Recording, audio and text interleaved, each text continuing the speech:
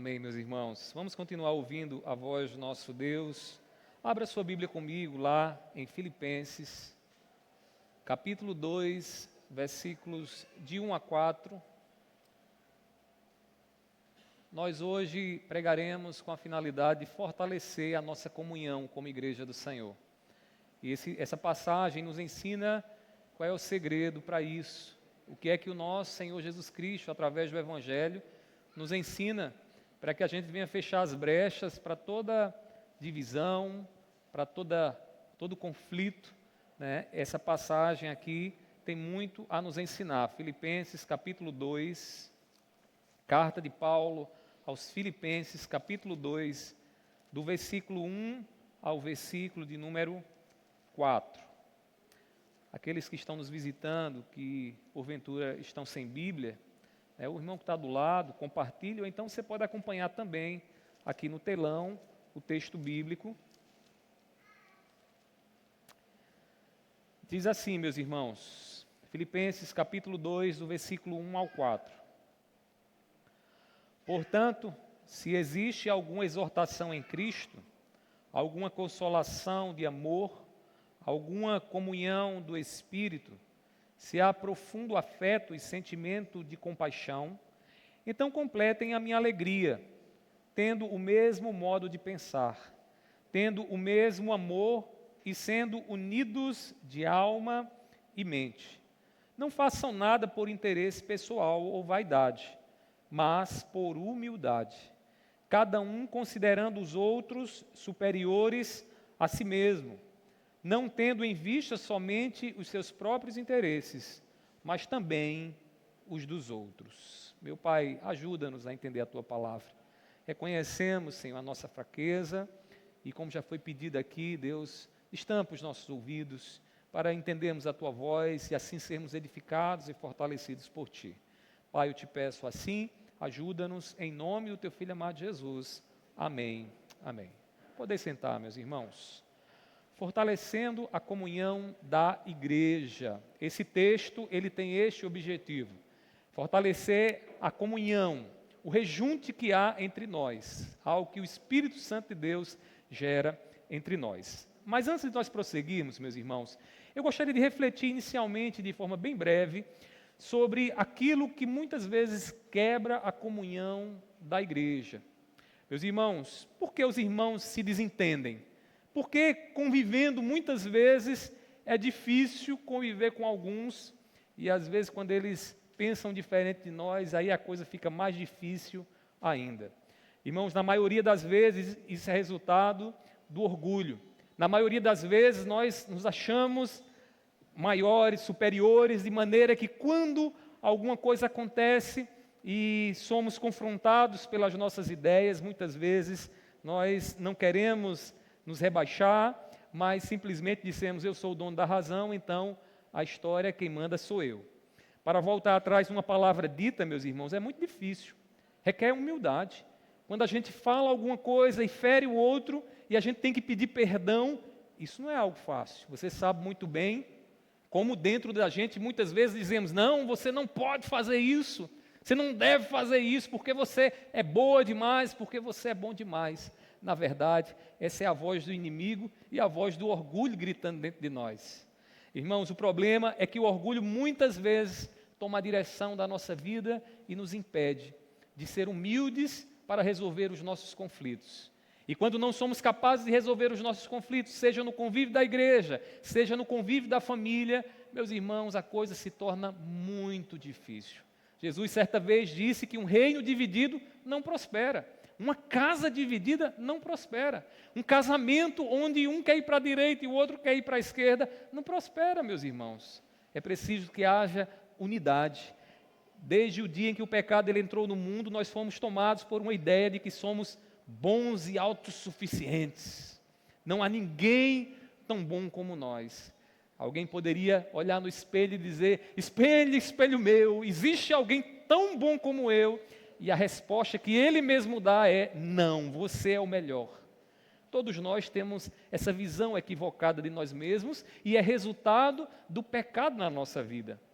Essa ilusão, ela resulta muitas vezes em contenda, porque o orgulho nos impede de refletir em nossas próprias opiniões, que são muitas vezes limitadas, que muitas vezes damos a nossa opinião e temos os nossos gostos e afirmamos isso de forma pública, mas tudo isso é muito limitado. Nós precisamos do outro para perceber algumas coisas que nós não conseguimos enxergar.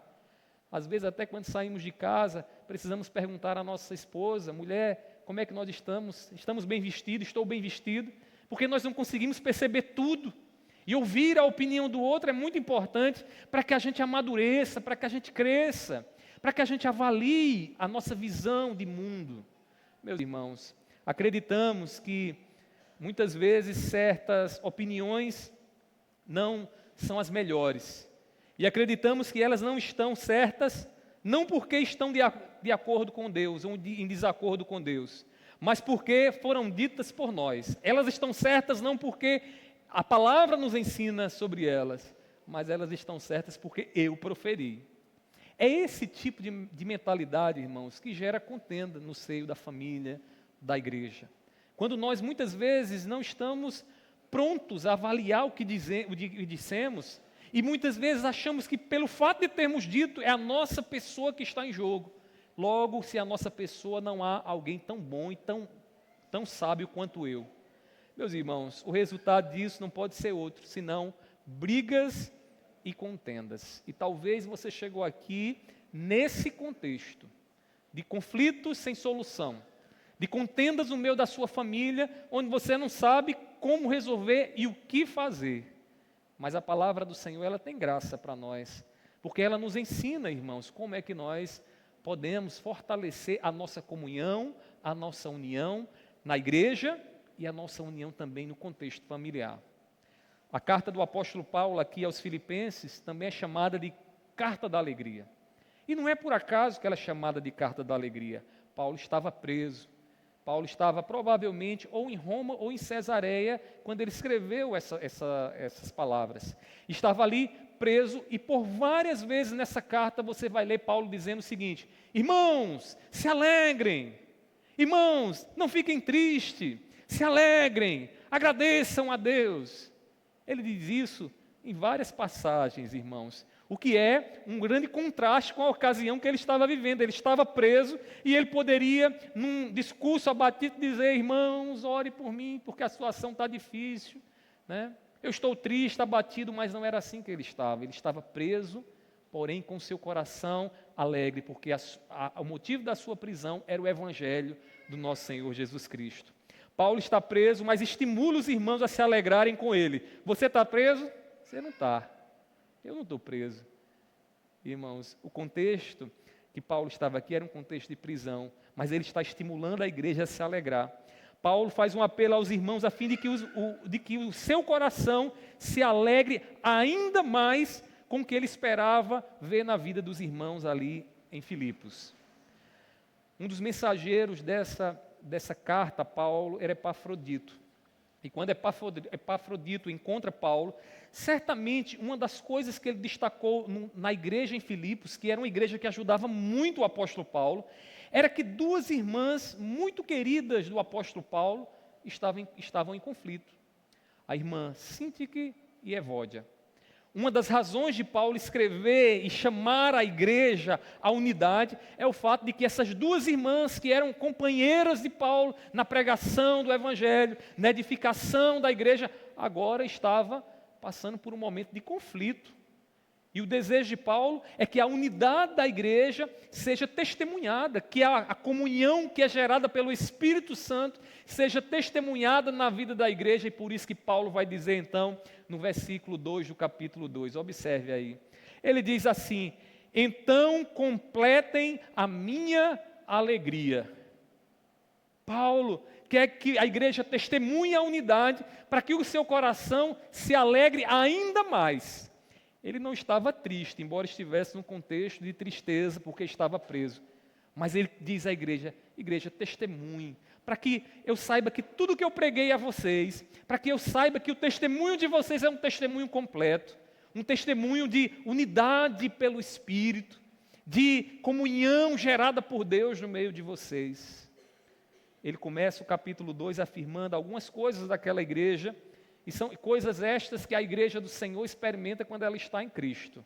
Observe o que ele diz no versículo 1. Ele diz assim: portanto, se existe alguma exortação em Cristo, alguma consolação de amor, alguma comunhão do Espírito, se há profundo afeto e sentimento de compaixão. Esse se aí não é um se condicional. Esse se aí é um se de certamente há. O que Paulo está dizendo aqui é: certamente tudo isso que Cristo produz na igreja está em vocês. Exortação dele, a consolação pelo amor dele, a comunhão do Espírito.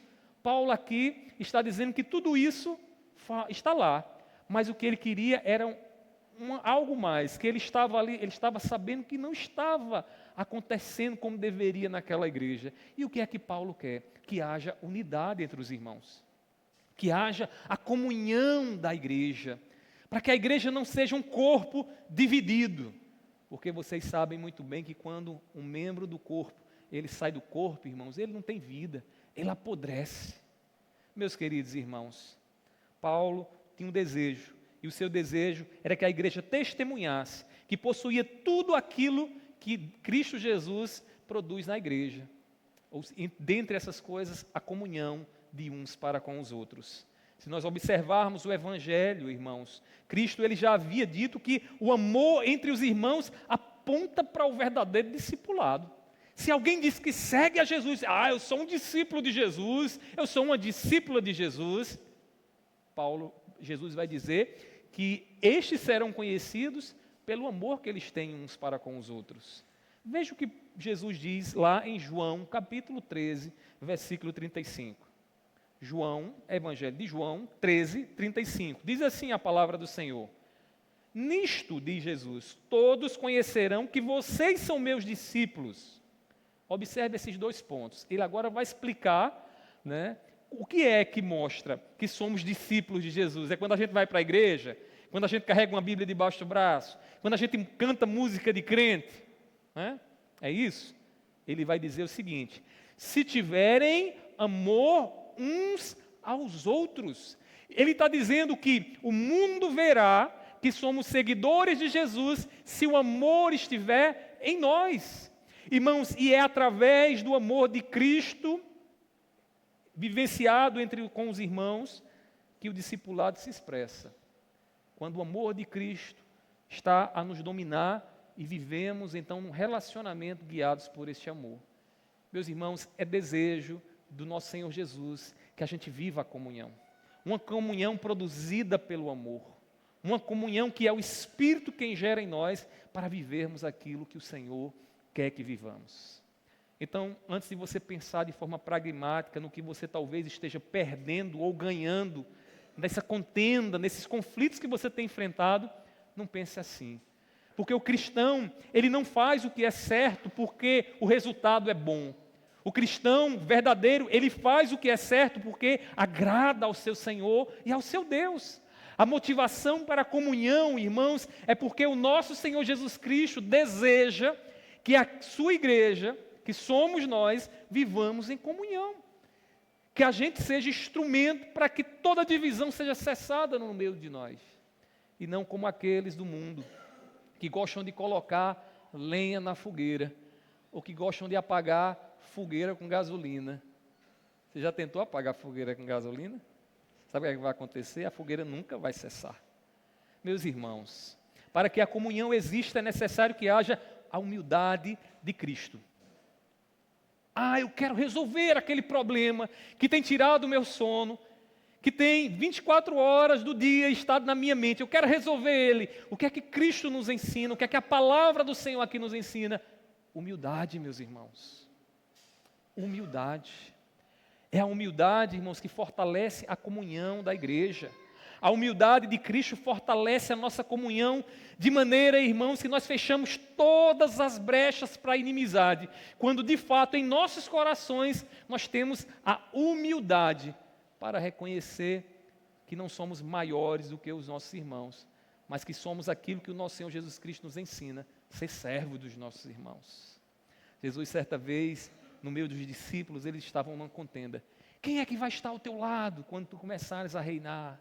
Né? Qual é a minha posição, Jesus? Onde eu vou estar? E aí a mãe dos filhos de Zebedeu, que eram seguidores de Jesus, chegam a Jesus e dizem, olha Jesus, faz o seguinte, quando tu entrares no teu reino, coloca o meu filho lá.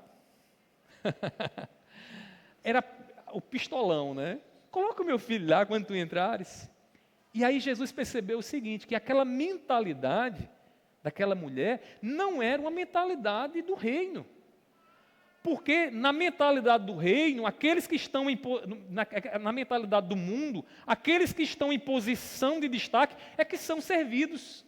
E eles almejam estar num cargo, numa prefeitura, num governo, não para servir, mas para serem servidos. Essa é a mentalidade do homem sem Deus. Então Jesus disse para aquela mulher o seguinte, olha, aprenda uma coisa, no reino de Deus as coisas se invertem. No reino de Deus, maior é aquele que serve a mesa. Maior é o garçom do que aquele que está sentado na mesa. Meus queridos irmãos, o nosso Senhor Jesus Cristo nos ensina a humildade com tudo isso. Nós poderíamos aqui elencar vários exemplos de humildade. Lembra de Jesus lavando os pés dos seus discípulos, tomando sobre si uma toalha, se cingindo com essa toalha e tomando o lugar de servo para lavar os pés dos discípulos. O que é que ele diz aos discípulos com isso? Se eu, sendo mestre, faço isso, faz vocês também o mesmo. Ele quer que eu e você sejamos servos dos nossos irmãos. E a humildade, irmãos, fortalece a comunhão da igreja. É esta humildade de servo que tranca as brechas para a inimizade e que nos ajuda a resolver os problemas e os conflitos que estão abertos dentro da nossa família, dentro da igreja, dentro dos nossos ministérios. Meus irmãos, a humildade de Cristo alegra o coração dos servos de Deus. Se tem uma coisa que um líder se alegra, é quando ele vê na vida dos seus liderados o exemplo de Cristo, a humildade de Cristo. Não é diferente quando Paulo aqui expressa o seu desejo de se alegrar no testemunho da igreja de Filipos.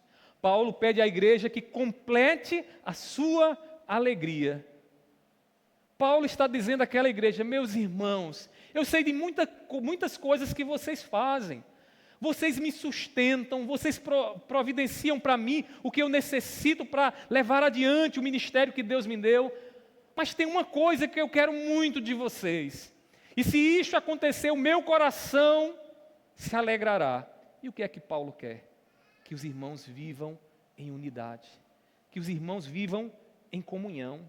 O apóstolo, irmãos, queria poder se alegrar com o testemunho de comunhão daqueles irmãos. Quem sabe reencontrando Epafrodito, que foi aquele que levou essa carta a ele, e agora a mensagem seria diferente. Epafrodito dizendo, Paulo, Deus está operando no coração daqueles irmãos, eles estão agindo como Jesus, como servos, quando um se levanta com uma opinião, ao invés de gerar contenda e conflitos, eles estão agindo como Jesus, servindo, se colocando no lugar humilde de Cristo Jesus.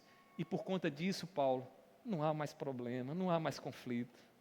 Porque, meus irmãos, se tem um estupim para o problema, o estupim é o orgulho. Às vezes a gente encontra isso e o orgulho está em todo lugar, ele se manifesta em todo lugar. Às vezes no conflito de casais, o homem orgulhoso. Às vezes no conflito de filhos, né, a gente está lá com o nosso coração orgulhoso. Ainda hoje à tarde eu tive que passar por uma experiência bem dolorosa no meu coração. Eu estava ensinando uma profissão ao meu filho. Caleb, ele está ali, está ouvindo. E eu disse, eu tenho que ensinar a Caleb a manusear o que eu sei manusear. E vocês sabem, a gente tem uma mini empresa de concertos de bíblias e livros. E eu disse, eu vou ensinar a Caleb. Só que tem um problema, irmãos. Eu fui ensinar ele de forma muito impaciente. E todas as vezes que ele errava, eu agia com grosseria, dizendo coisas, falando coisas. E aí eu percebi uma coisa, e Deus me inquietou nesse sentido. Eu percebi que eu não estava estimulando meu filho a aprender aquilo que eu já sabia. Eu estava, pelo contrário, afastando ele de querer aquilo que eu podia ensinar para a vida dele. para a vida dele.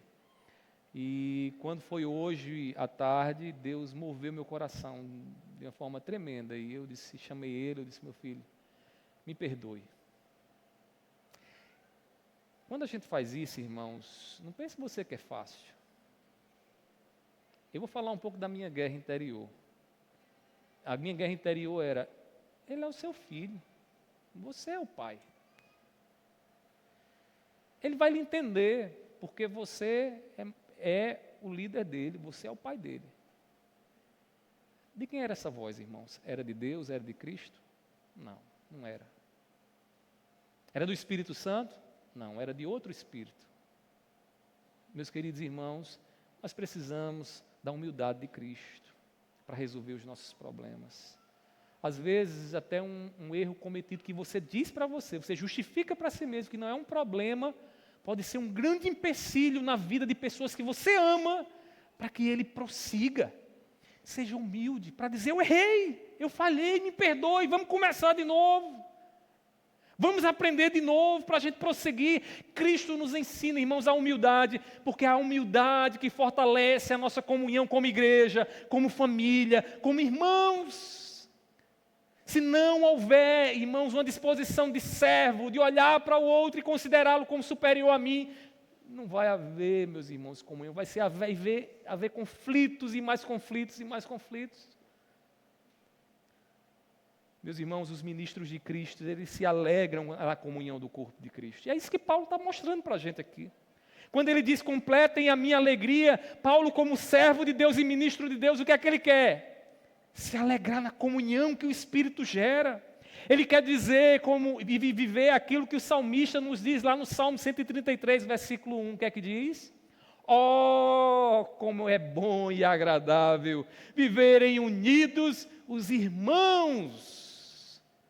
Como é bom e agradável. Um ministro de Deus, um homem de Deus que lidera a igreja, ele tem alegria nisso.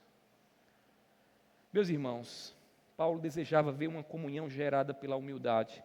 Onde há a humildade de Cristo, a comunhão é fortalecida. Saia daqui nessa noite entendendo isso. Talvez que você precisa para resolver esse emaranhado que está na sua vida e na vida da sua família, é mais da humildade de Cristo. É ser mais servo. Ao invés de bater o pé e dizer, a minha posição é esta, eu sou superior. Do versículo 11 em diante, Paulo vai se utilizar do Evangelho para instruir a igreja. E ele diz uma coisa interessante, ele diz, irmãos, tenham em vocês o mesmo modo de pensar que houve em Cristo Jesus. E qual foi o modo de pensar de Cristo Jesus? Sendo ele Deus, não teve por usurpação ser igual a Deus. Antes a si mesmo se esvaziou. O que é que ele está mostrando para a gente, irmãos? Que o próprio Deus nos ensina a abrir mão da nossa glória, das nossas posições, para que a gente resolva os problemas que aparecem na nossa vida. Foi assim que Deus resolveu o nosso problema com Ele, sendo servo, humilde. E talvez o problema que está lá na sua casa e na sua família, precise demais da humildade de Cristo em você. Meus irmãos, eu sei que isso não é fácil, mas eu sei também que vocês já compreenderam o meio de graça que Deus nos dá. Quando a gente olha para coisas como essa e diz, eu não tenho forças para fazer isso, sabe o que a gente precisa fazer? Orar. E pedir mais, Senhor, trabalha no meu coração, porque eu não quero, o meu desejo não é esse, mas trabalha em mim, manifesta o teu poder em mim, para que eu possa ser humilde. Ou você acha que você já nasceu assim? Ninguém nasceu assim. A criança ainda pequena, irmãos, é cheio de orgulho. Né? Cheio de, eu sou a última Coca-Cola do deserto. Meus irmãos, os verdadeiros ministros de Cristo se alegram na comunhão da igreja. Para isso, eles estimulam a humildade e o serviço. Porque no reino de Deus, maior é o que serve. E quando nós dizemos a você, quando muitas vezes você chega com aquele copinho de refrigerante e diz, ó aqui irmão, e a gente diz, maior é o que serve, a gente não está dizendo por dizer, é verdade, é princípio. No reino de Deus, aquele que está a servir o seu irmão é maior. Porque o nosso mestre, o líder dos líderes, Jesus Cristo nos ensinou, irmãos, o serviço como essência da sua liderança, como essência, irmãos, do seu ministério. Quanto mais humilde nos tornamos, irmãos, mais indestrutível se torna os nossos relacionamentos. Você poderia exemplificar o poder da humildade no seu relacionamento de casal. Meus irmãos, a gente tem que exercer a humildade. Muitas vezes ficar calado, muitas vezes até quando não queremos ter que servir ao outro, né? E minha esposa não está aqui, mas louvado seja Deus pela esposa que eu tenho. Porque não sei o que é que acontece, eu acho que eu já estou desconfiando que seja de família, que a gente só tem vontade de comer lá para meia-noite em diante. E aí, às vezes, Mirella está cansada e aquela coisa, e quando ela entra no quarto, eu digo, meu amor, eu estou com fome. Ela nunca reclamou. Ela faz a volta e vai lá preparar alguma coisa para a gente lanchar. Pare e pense, irmãos. Eu não sei a guerra interior que tem dentro dela. Mas ela poderia dizer, mas agora que eu estou cansado, depois de um dia de serviço, depois de tanta coisa feita, você inventa de pedir de meia-noite comida. Eu tenho certeza que ela tem orado muito a Deus, para Deus lhe dar a paciência. E graças a Deus são já um bom tempo que a gente está juntos, né? 18 anos e assim eu nunca ouvi minha esposa reclamando por isso. Agora eu sei de uma coisa, deixa eu dizer para vocês, ela não nasceu assim não. Eu tenho certeza disso, ela não nasceu assim. Então se você, de repente, tem dificuldades com humildade, é hora de orar mais. É hora de incluir a humildade na sua lista de oração. E pedir ao Senhor, Senhor, me faz servo. Me dá mais da humildade. Para que eu não venha colocar lenha nessa fogueira. Para que eu não venha querer apagar essa fogueira com gasolina. Não vai apagar. Meus queridos irmãos, além disso, a humildade de Cristo, ela também produz unidade de pensamento. Além de alegrar o coração dos líderes, daqueles que foram chamados por Deus, a humildade de Cristo produz uma convergência de pensamentos diferentes.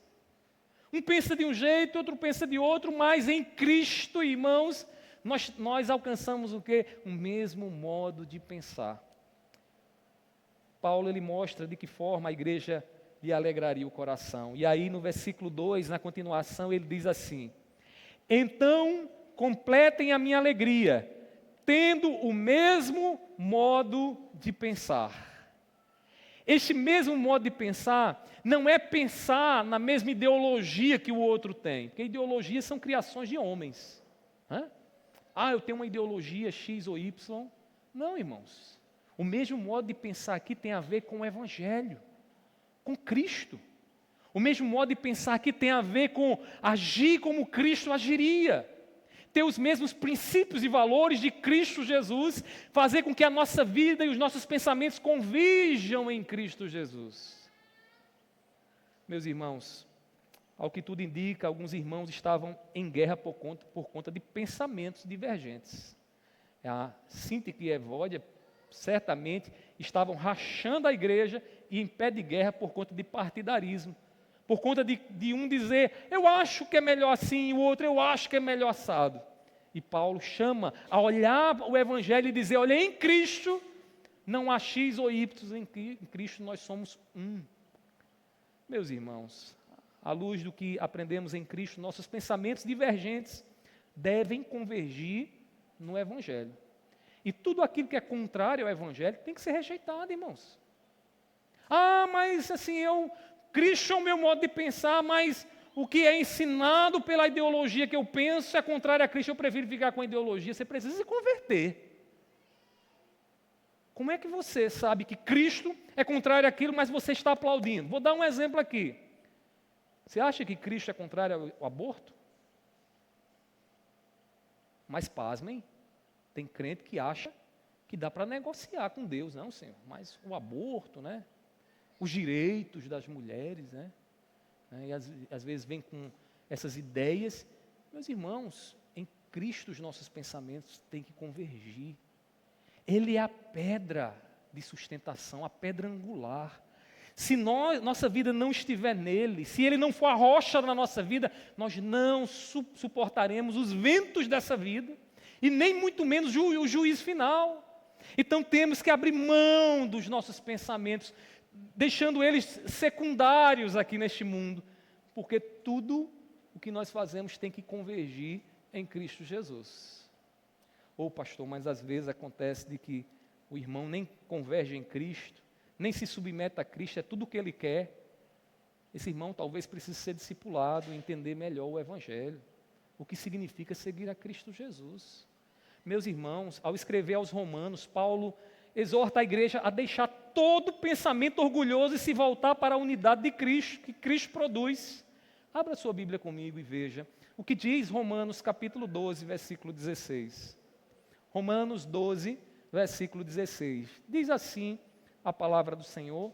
É bom você até marcar aí com marca-texto, com alguma coisa, risca esse texto para você guardar ele essa semana um pouco mais no seu coração. Diz assim, Romanos 12, 16. Tenham o mesmo modo de pensar de uns para com os outros. Em vez de serem orgulhosos, sejam solidários com os humildes. Não sejam sábios aos seus próprios olhos. Não sejam sábios aos seus próprios olhos. O que é que ele está dizendo aqui? Não crie uma ilusão acerca de quem você é. Olhe-se pela palavra de Deus, e ela vai te revelar o quão débil são as tuas forças e o quanto você precisa da graça de Deus. O Evangelho, irmãos, muitas vezes causa incômodo, muitas vezes não, sempre causa incômodo, porque o Evangelho nos mostra, irmãos, em nós mesmos como seres pecadores, limitados. Meus irmãos, e quando nós olhamos para esse retrato de nós que a Bíblia nos dá, isso não alegra o nosso coração, né?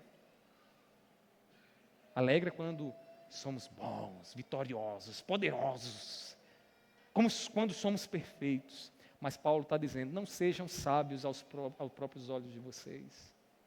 Sejam humildes, porque a humildade, irmãos, é que fortalece a comunhão da igreja. A sabedoria está em Cristo e não em nós. Com humildade nos submetemos a Ele e assim fortalecemos a comunhão na igreja. E assim fortalecemos a comunhão em casa, com os nossos filhos, com o nosso cônjuge.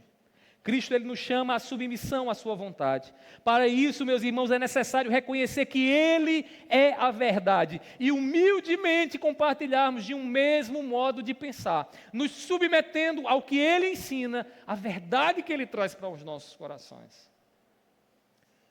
Tudo mais tem que estar debaixo dessa verdade.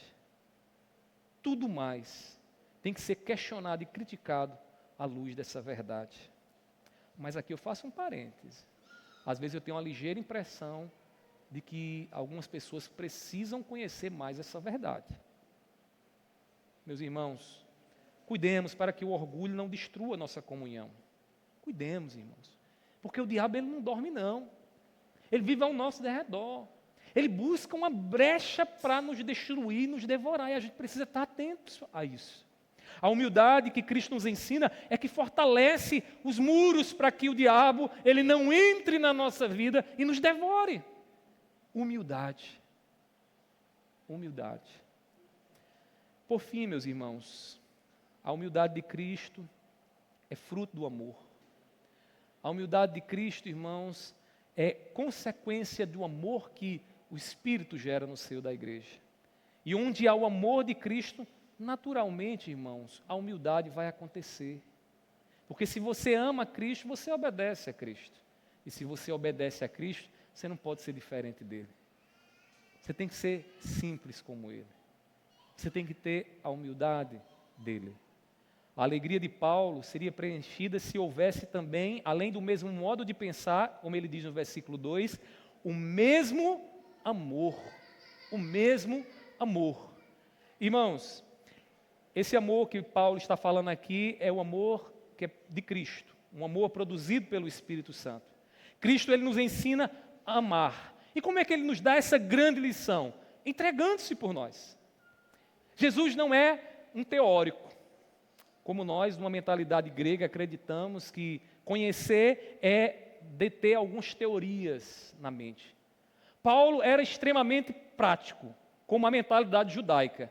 Porque para um judeu, sabedoria não é você ter algumas teorias guardadas. Sabedoria é você viver aquilo. É você saber fazer aquilo que a Bíblia está te ensinando a fazer. Sabedoria não é dizer, eu sei o que é misericórdia. Sabedoria é quando você vê alguém fraco, você estende a mão, né, às suas próprias custas para ajudá-lo. Isso é a sabedoria que Cristo quer. Ele diz que aquele que ouve as suas palavras e não as pratica é um tolo. É um tolo. Não há conhecimento nele. Meus irmãos, Paulo queria se alegrar com aquela igreja, vendo e sabendo que aquela igreja estava vivendo no mesmo amor. Cristo ensina que amor é esse, um amor onde nós nos entregamos pelo próximo. Ele se fez servo. E o que ele nos serviu foi a sua vida. Ele nos serviu nos dando a salvação que nós não poderíamos conquistar pelas nossas próprias forças. Cristo estabelece, irmãos, como prioridade o interesse dos outros. Por que Cristo veio a esse mundo? Já parou para pensar sobre isso? Ele veio buscando os seus próprios interesses? Não. Irmãos, quem era a parte mais interessada na vinda do Messias? Éramos nós, pecadores, que precisávamos ter os nossos pecados perdoados para estar em paz com Deus. Éramos nós que precisávamos. E o que foi que Cristo fez por nós? Ele veio, irmãos, e nos serviu com a sua vida. Naquela cruz, quando Ele derramou o seu sangue, Ele estava ali nos servindo, entregando-se como ovelha muda diante dos seus tosqueadores, para morrer e levar sobre si o castigo que era meu e que era seu. Ele nos serviu. A sua humildade tem culminância na cruz do Calvário. Meus irmãos, Ele morreu pelos nossos pecados. Somos nós quem precisamos de reconciliação com o Pai, e não Jesus. Somos nós quem precisávamos de ter os pecados perdoados. Ele não precisava. Mas quando Ele veio a este mundo, Ele veio buscando o interesse alheio, o interesse de outros, que éramos nós, que somos nós. É por isso que Paulo instrui a igreja a colocar o próximo no lugar mais alto. Aqui seria no lugar de Senhor. Veja o que ele diz no versículo 3 e 4. Ele diz assim: não façam nada por interesse pessoal ou vaidade, mas por humildade, cada um considerando os outros superiores a si mesmo, não tendo em vista somente os seus próprios interesses, mas também os dos outros. O que é que Paulo está ensinando aqui? O que ecoava em seu coração do Evangelho? De que Cristo fez isso aqui antes de nós. De que Cristo veio a este mundo e não buscou os seus próprios interesses, mas buscou o nosso interesse. Ele buscou o interesse de outros. E o que é que Paulo está dizendo? Meus irmãos, tenha uma humildade para olhar para o seu irmão como Senhor, não como um adversário, não como alguém com quem você vai guerrear, mas alguém que Deus colocou diante de você para que você o sirva, para que você seja menor diante dele, porque quando isso acontece, irmãos, a comunhão é fortalecida. Porque quando existe humildade, irmãos, a comunhão fica firme, a humildade de Cristo Jesus. Irmãos, é assim que a comunhão é fortalecida. Quando há servos servindo a outros servos, a comunhão do Espírito flui naturalmente. Não é o contexto da igreja? Nós não somos servos? Então, um servo servindo a outro servo. Ninguém está buscando o lugar maior, porque no lugar maior, o lugar maior é para aqueles que são servos. São aqueles que são cada vez menores, que estão ali para servir. Irmãos, são pessoas assim que serão lembradas. Deixa eu dizer uma coisa para você. Você que já está se preocupando, porque você já está um pouquinho aí vivido, né? Já está pensando, poxa, daqui uns dias minhas forças se desfalecerão. E normalmente quando a gente chega a essa idade, a essa parte da vida, a gente começa a pensar em legados. A gente começa a pensar, poxa, eu vou partir. Todos nós, se Jesus não vier antes, morreremos. E o que é que eu vou deixar? Deixa eu lhe ensinar uma coisa. Viva a humildade. Você vai construir um grande legado na sua vida. Seja um servo e todos lembrarão de você por muito tempo. Não lembrarão de você por algumas semanas, porque depois que você morrer, passado 10 dias, talvez a sua esposa ainda lembre de você um bocado. Mas lá para os 3 meses, 4 meses, 1 ano, talvez, lembre vagamente de você. E só as pessoas que tiveram um grande apreço por você. Quer construir um legado? Aprenda com Cristo Jesus. Busca um lugar de servo. Seja servo. Eu lembro, já falei para vocês aqui, de um grande homem de Deus. Uma pessoa lá em Macaparana, humilde, que pouco sabia ler. Mas um homem que construiu uma vida, trabalhando. Ele era vendedor na feira, vendia uva, passava. Ele começou, antes de vender uva, vendia uns pirulitozinhos doces, que todo mundo chupava, e ele vendia numa tabelinha de madeira. E ele passava, olha o pirulito, e todo mundo comprava, construiu a vida assim. E quando Deus deu a ele uma condição um pouco melhor, irmãos, esse homem fazia coisas que ninguém sabia. Ninguém sabia. E aí, no dia que esse homem morreu, Macaparana parou. E a surpresa foi que ninguém esperava, porque ninguém viu o que aquele homem fazia no serviço a Cristo Jesus, ali, dando com uma mão direita e escondendo da outra mão, para que ninguém visse o que ele estava fazendo. Macaparana parou. E eu lembro quando eu estava ao lado do caixão daquele homem, e algumas pessoas passavam, e eu via coisas assim. Ele me deu um prato de comida. Ele me levou a Recife.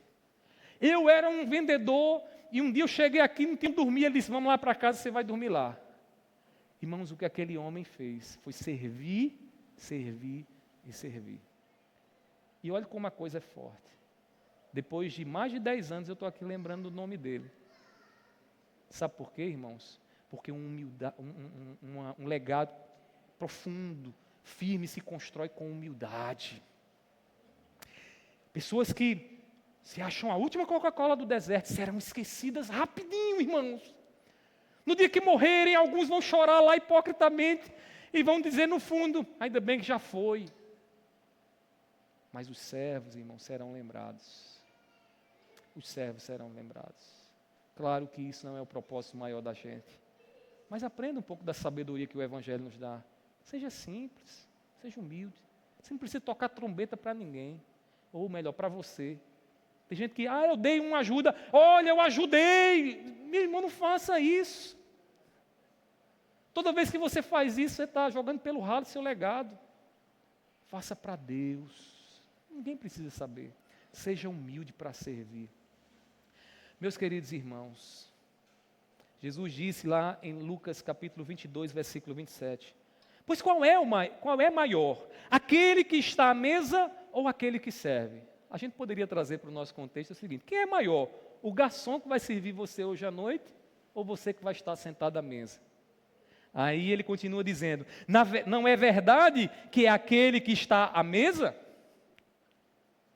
Aí Jesus traz, não é verdade que o mundo pensa assim?